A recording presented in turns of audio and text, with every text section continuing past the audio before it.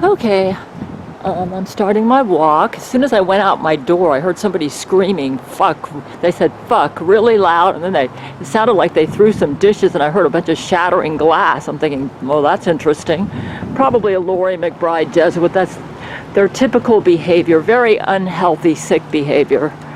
Not a cloud in the sky.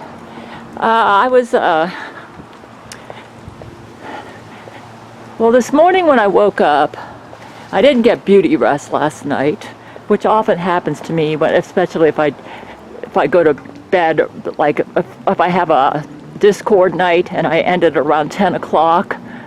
For some odd reason, I got to end it at 9 o'clock if I want to get a good night's rest. But anyways, we had a good discussion last night. And I've had some interesting brain-to-brain with Brent. And our relationship has definitely gotten closer because Brent is feeling free to be more honest and transparent with me about some of his true feelings. I think me and my men are going through what they call Imposter Syndrome. I mean, I never heard of this, but the Dixie Andelin Forsyth, who is Helen Andelin's daughter, is married to a psychologist. And she's really, I'm finding that she's a gold mine to help me to navigate through this period in my life right now. I've been listening to her videos, and I'm rereading the book by Helen Andelin, Fascinating Womanhood, and it's helping me to understand better some of the communication pitfalls that I've had with my men in the past month. Before Brent and I had we might say our disagreement this month, I had a false conception that Brent and I had like the perfect relationship. And it is because he was always positive and affirming with me all the time in all of our written communications via Skype and email. And it never occurred to me that, that some of my behavior, basically having the marriage list, was hurting him so much. So when I found out about it, it was like I was hit with a bomb. It's like it kind of shattered my self-image of you may say, how did you see yourself before he said that to you?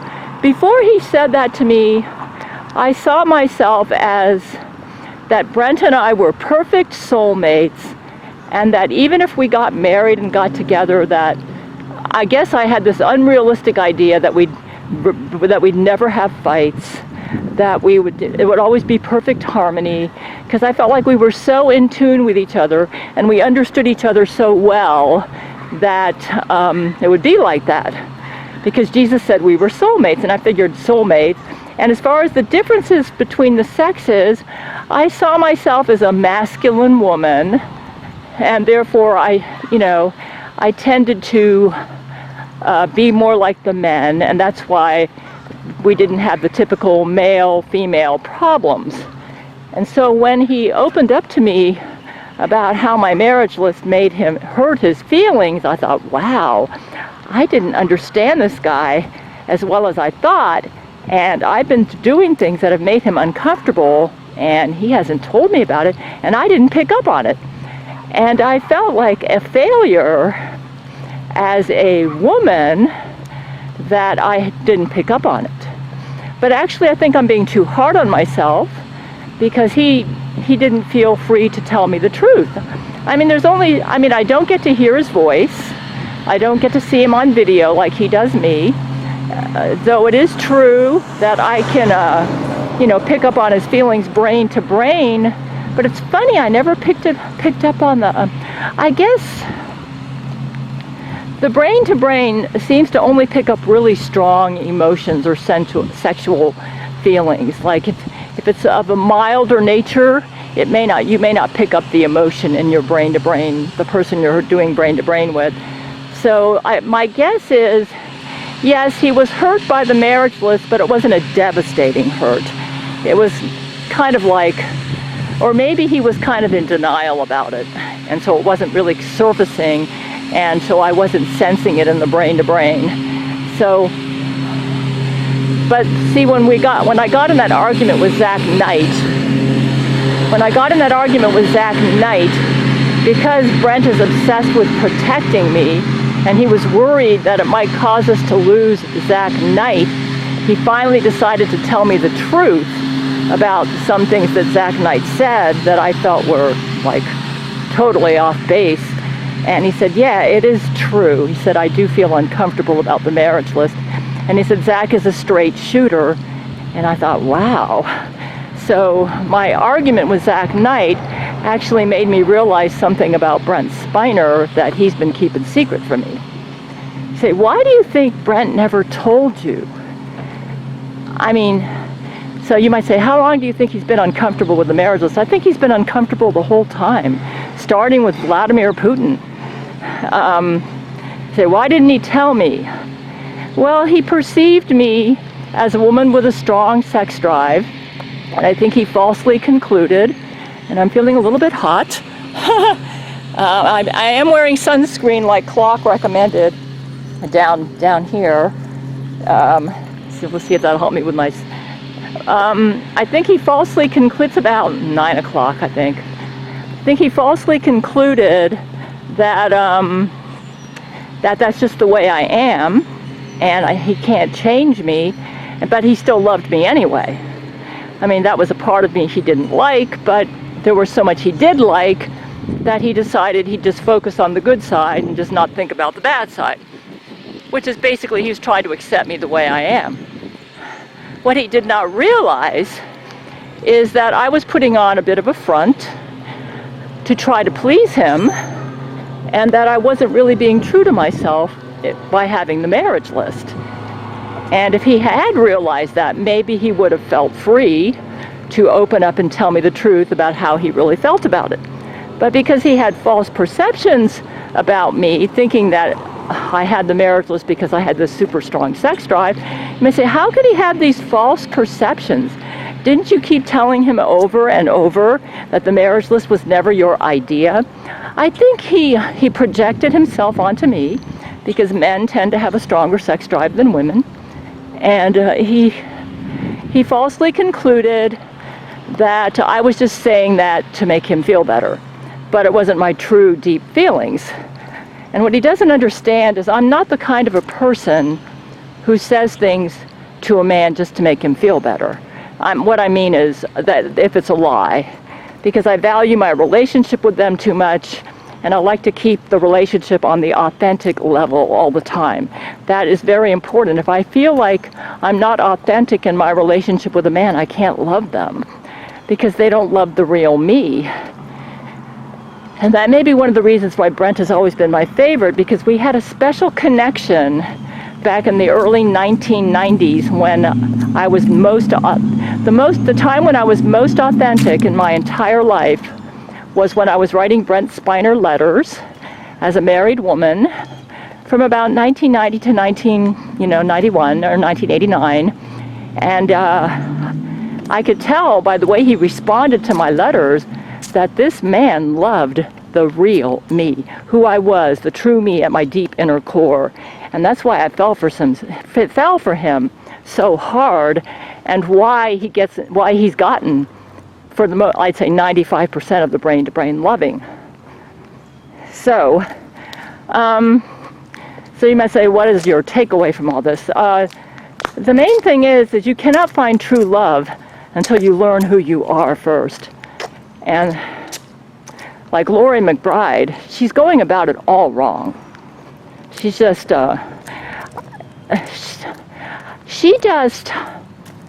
you might say, who do you think the real Loree McBride is? Well, she's very proud. That's the problem.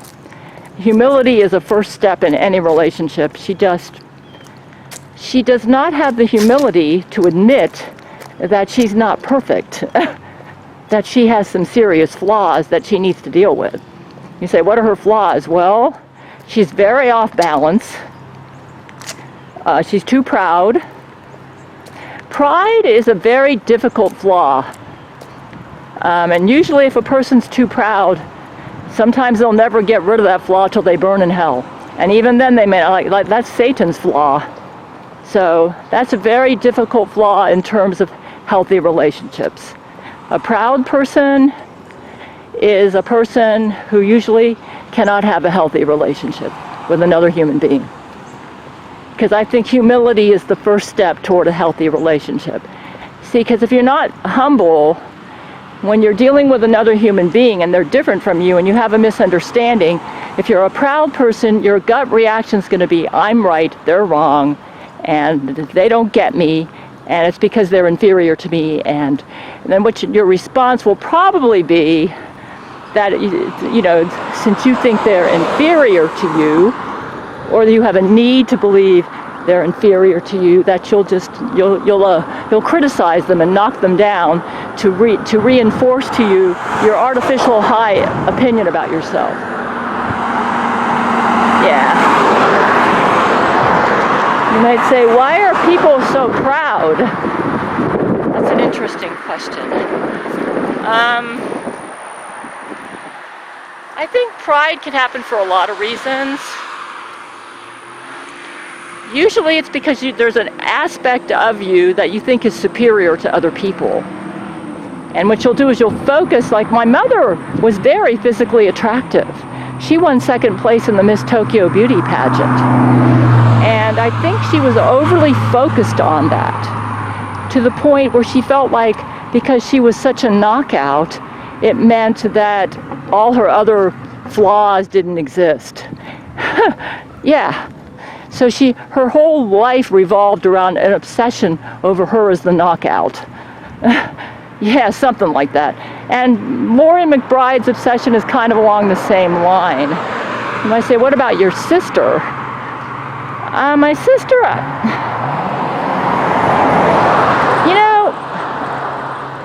you might say, you've been telling your men that your sister's got self-image problems. Yeah, but she's really proud too. But I'm not sure what it is she's proud about. Maybe it's for being an independent woman or something, and getting herself to a station in life where she's not dependent on any man to take care of her. Because that's basically what my mother drummed into us as women. She basically told us that you should never allow yourself to be put in a position where you have to depend upon a man to take care of you. And my sister apparently accomplished that goal. She got herself a master's degree in public health, a bachelor of science in nursing, and she basically followed my mother's script. And my mother's line is that if you could get yourself to that point, you don't need any man and you're a superior woman. So I think that's where my sister gets her pride, that she feels like she doesn't need men. And she has bought into my mother's lie that the male sex in general is an evil sex and that they are to be treated with scorn. Yeah. You might say, well, then why is she so jealous of you? Well, you got to think about this. A woman's core need is to be loved. So my sister's bought into this line where she basically she has substituted love with sex. So like when she was a teenager, she was pretty promiscuous. Unlike me, I saved myself because I wanted to be a man's dream woman. And basically I am kind of like a man's dream woman, I'm learning. She bought the same line that Loree McBride did. So Loree McBride thinks she's super hot, that she's better looking than most women out there, and certainly better looking than me, and therefore her reward for being this hot is she deserves to have sex with any man she wants, no matter who. Married, single, whatever. It's her pride. By convincing herself that she's so hot, she deserves it. It's pride. My sister has convinced herself she's so competent that she can do whatever she wants with inferior males. Yeah, she sees them all as inferior to her, and she's the competent one, So it's all pride. But let me tell you the problem with this. The problem with this is that they're denying their core needs. So Loree McBride by feeding her pride and telling herself this lie that she's superior to all the other women simply by virtue of her superior physical attractiveness, that she's bought into the lie, and she's starting to realize that maybe she's not as superior as she thinks. That, because the men are not loving her. Like, she'll rape them and get them to go to bed with her, and then she's amazed that didn't win the man. It's like, he experienced the hot sex I gave him, and he got to look at my hot body, but now he's running away, like he's going to Gail. I don't get it, you know. She says, how can he go to her? He must be a weak man. He must be a cock, that he prefers that woman over me when I am so hot and she's not so hot. It's kind of like that sick mentality, you know. Boy, the sun is really strong. I really need to probably go for my walks a little earlier. I am wearing sunscreen on my legs though. So yeah. And my sister, so basically their behavior is turning away true love. They're alienating a man who could genuinely love them by their proud behavior. And their false, overly high opinion of themselves over what they perceive. Actually, I used to admire my sister for her competency, for graduating with, you know, like a 4.0 grade point average from nursing school, getting a master's degree in public health. But now I have kind of changed my tune, because she's so obsessed with that she's forgotten to develop her womanly traits. She's very off balance. And same with, and like Loree McBride, I will readily admit that she's hot physically, but when she's got physical hotness, but she doesn't care at all about developing inner beauty, it's like how I feel with a man who's got six-pack abs, but who doesn't care to develop the other masculine qualities like spiritual courage, inner depth, vision, commitment, character dependability, generosity, greatness of heart, and all those things. And even humility would be a type of a masculine quality, part of the velvet, which is very important. Steel and velvet, that is your true man. So, yeah. So, you know, it's just... These people are very off balance. They get so focused on a couple of their strengths that they completely ignore their weaknesses. And then they get mad at the world because the world is not as focused on their strengths as they are, and the world is noticing their weaknesses.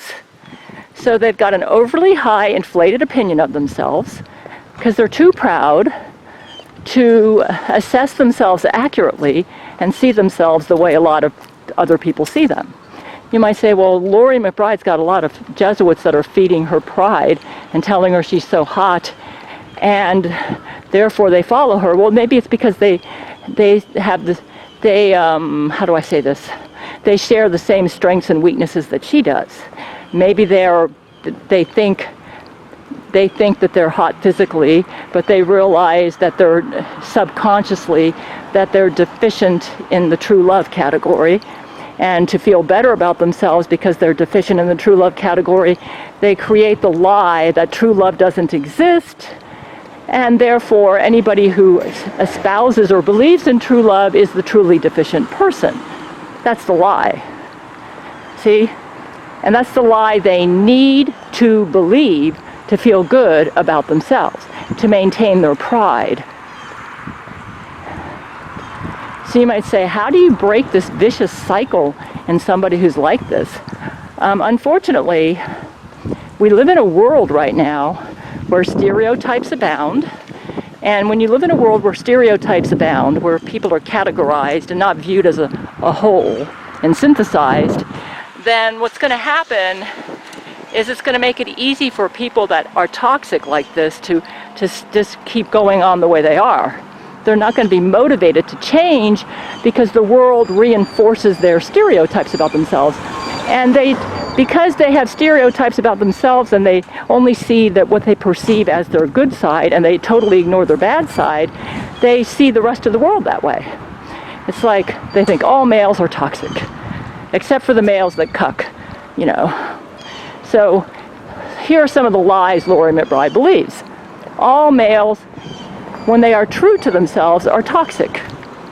The females are the superior race. So therefore, any male who is true to their manliness, who would dare be the leader in their home, who would dare show courageous masculine traits, especially if he is honest about the fact that I might not be perfect, that I am deficient in the true love category, that I'm deficient in inner beauty, that male is a toxic male. Any female, Loree McBride thinks any female who claims that I'm deficient in the inner beauty category and that's why I cannot get true love, in spite of the fact that I'm so hot, she says that female is mentally ill. She is a doormat. She doesn't stand up for herself. And she just lets the man abuse her, rape her, take advantage of her. And that's how she perceives me. So basically, if you're an Agnes Wickfield type of woman, who in the Victorian era was considered like the model of perfection for a woman, in today's toxic age, a woman like that is viewed as neurotic, mentally ill, and not competent.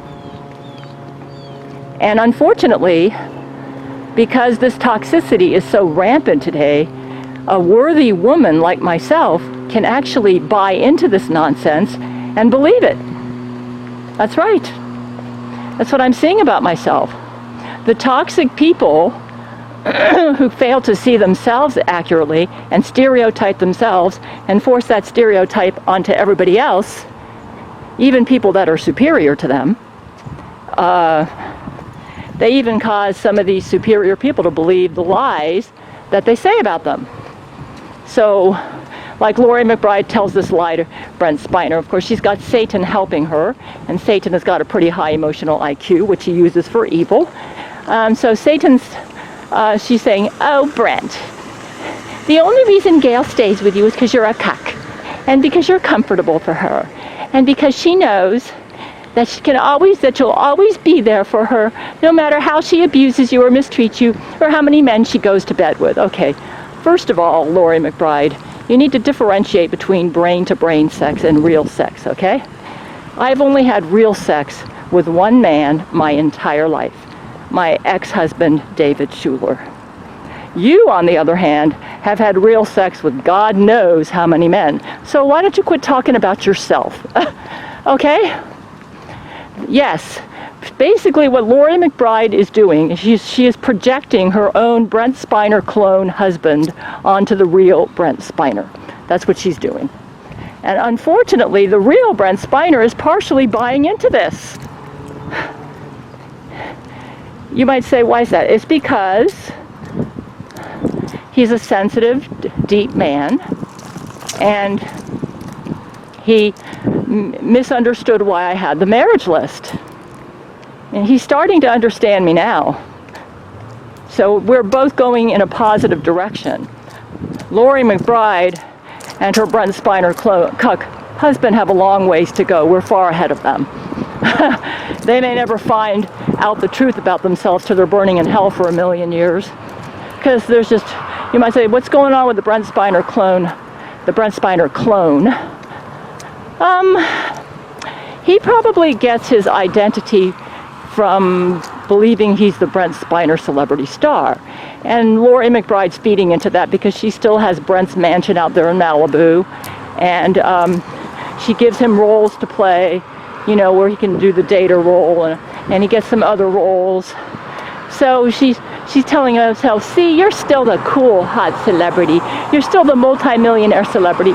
And that feeds into a man's drive to feel admired for his masculinity, you know. And I'm your celebrity hot wife, you know. So he's believing lies about himself too. Brent Spiner tells me the clone is a terrible actor.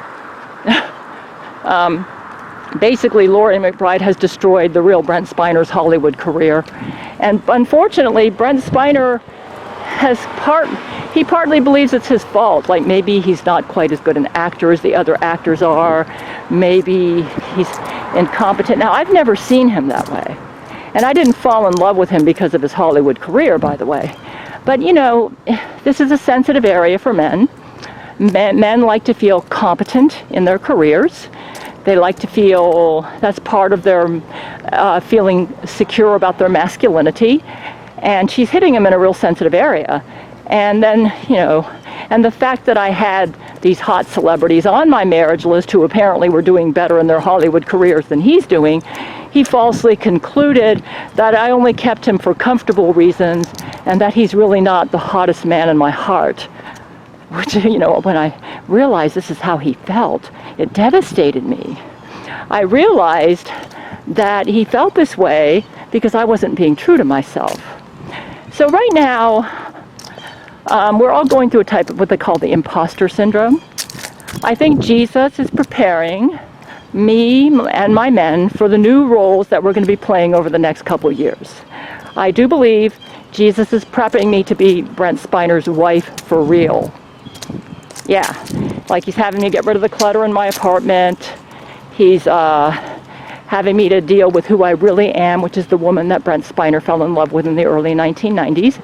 And interesting that the Church of Gail number 3 looks like the Starship Enterprise from the early 1990s. Is Jesus dropping a hint or what? And it's interesting that a lot of the stuff Jesus is recommending I do is what's recommended in Helen Andelin's book, Fascinating Womanhood. Eliminating clutter in your house, being organized, you know, having priorities with your spending and that sort of thing. And only spending money basically on food and bills, you know, that sort of thing. So, yeah.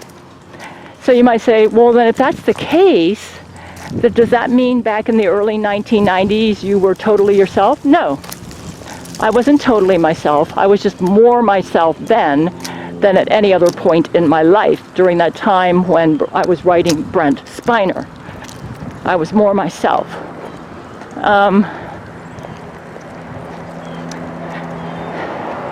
Brent Spiner helped me to get in tune with my sexual side, which I had denied when I thought I was the Victorian lady. But because he claimed that that was who I really am, because he falsely believed that that's who I really am, I denied my Victorian side, which is the side of me that saved myself to be a virgin for my husband and that truly desires monogamy in relationships. Because I felt that to a Hollywood celebrity husband or somebody from that background, that wouldn't be cool with him. And I wanted to be totally his soulmate. So I told myself that I really am kind of like this playboy type of a woman who's got some conservative values but is also very liberal in some ways. And that wasn't quite me either. So you might say, what is the lesson or takeaway from all this? The lesson or takeaway from all this is all of us belong to groups, okay? And if we don't watch it, we will allow our individuality to die to the group that we belong to. Falsely believing that if we become real with the other members of the group, that they will reject us.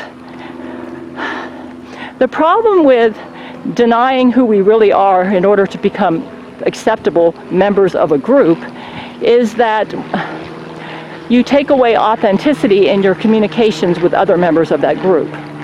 And when you do that, then you take away the ability to find true love with other members of that group.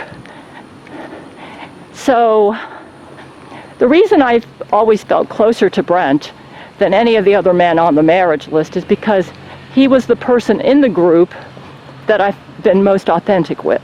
And I thought he was being most authentic with me. And I think of all the women he's had in his life, that I am the woman he's been the most authentic with.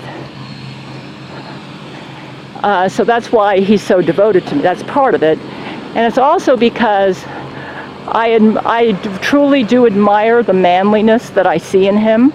And I think he's one of the most masculine men that I've ever encountered, in spite of the fact that he's an introvert. he's just so deeply, he reminds me so much of Jesus Christ in so many ways. A very deep, thoughtful, committed man. The height of manliness to me. So, and because I noticed that, he's holding on to that like a lifeline for his happiness.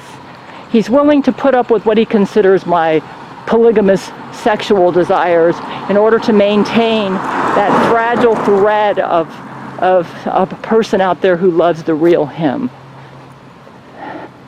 So when he dared to speak up and let me know that he was uncomfortable about the marriage list, and which made me realize that I had hurt him by not being true to my Victorian self.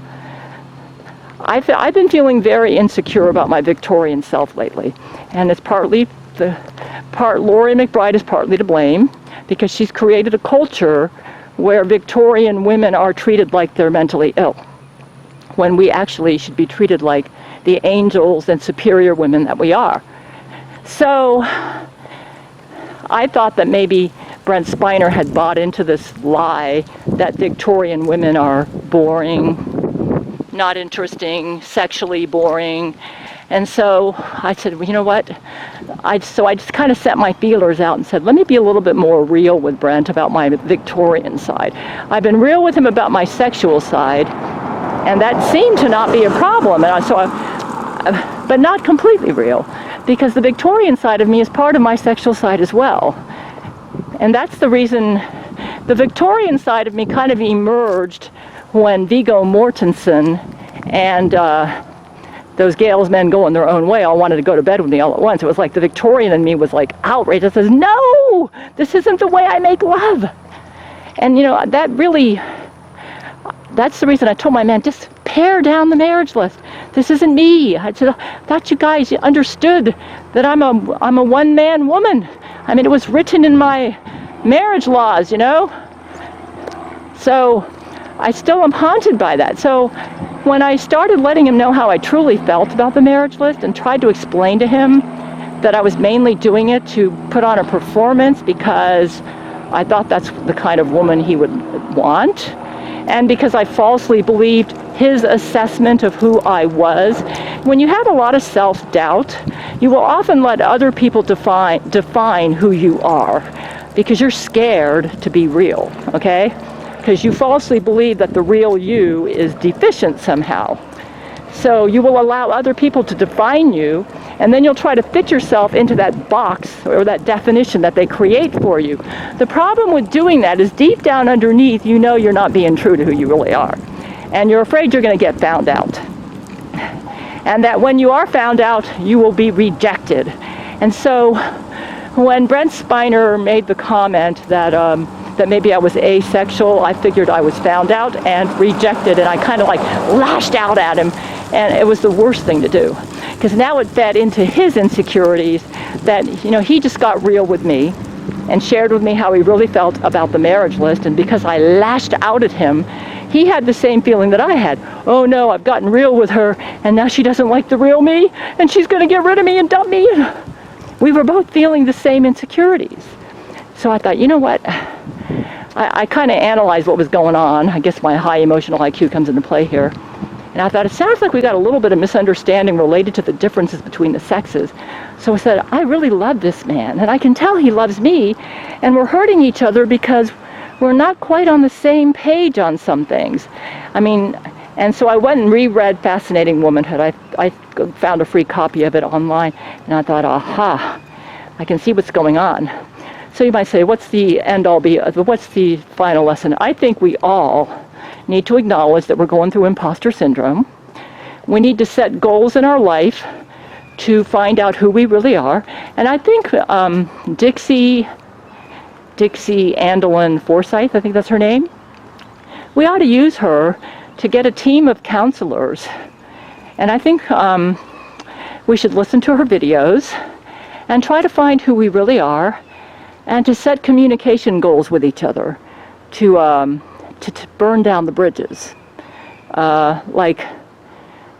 like Brentska had a heavy wall of reserve that he's placed around himself because he falsely believes that I wouldn't love the real him. So, and then, you know, it went back up really fast when I lashed out at him because I thought he didn't love the real me. So we need to take down the bridges and slowly and surely ease our way forward into authenticity with each other. That's the answer. And part of it is we need to develop a deeper understanding of what drives the other partner and understand that men and women are different. So I'm going to go ahead and have a link at my website to the page that I created where I said that I am Helen Andelin's Fascinating Woman. And I encourage everyone who wants to improve their heterosexual relationships, if you're heterosexual, to explore the YouTube channel that I've embedded for Dixie Andelin Forsyth. And she probably ought to set up like counseling sessions with all the men on my marriage list, because I think we're all going through imposter syndrome, and help us to find a positive path forward that will help us to all be true to who we really are.